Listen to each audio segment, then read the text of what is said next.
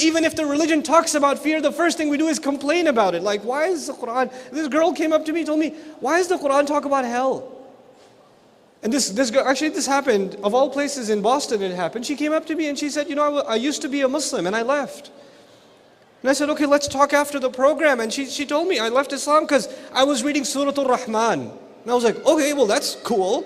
Surah Al-Rahman, the extremely merciful, the unimaginably merciful. She goes, yeah, if God describes himself as so unimaginably merciful, why is it that in the middle of this surah, people are being dragged into hell by their heads being grabbed? Why are they being burned? Why is there boiling water being poured onto them?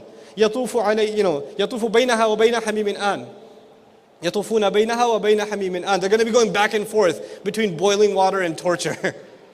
What kind of mercy is this? I don't understand. Oh, I'm sorry, I'll place a different order for another surah for you. You know? Because you're not comfortable with the idea. Who's talking to who here? Master is talking to slave. This is not a book that you need to review on Amazon.com that you say, I like most of it, but this hellfire stuff was a little, I give it 2 stars for that. Because you're in a position to judge what is good and what isn't good. You know?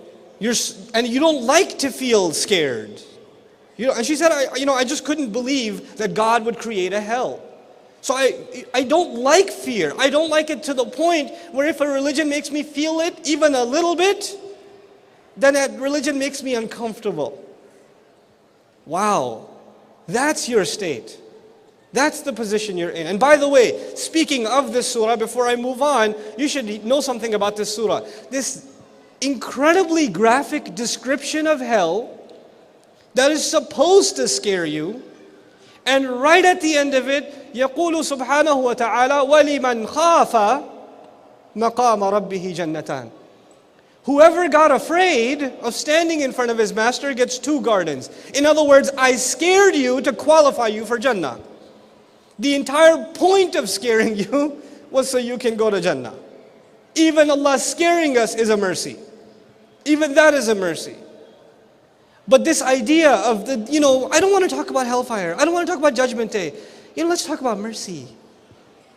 Allah doesn't let us do one side. He doesn't. Study Quran on your own. Study it. You'll never find a surah that just presents one side of the picture. Allah always balances the equation. And we're naturally supposed to be people that fear Allah Azza wa Jalla and do an accounting of ourselves. There are many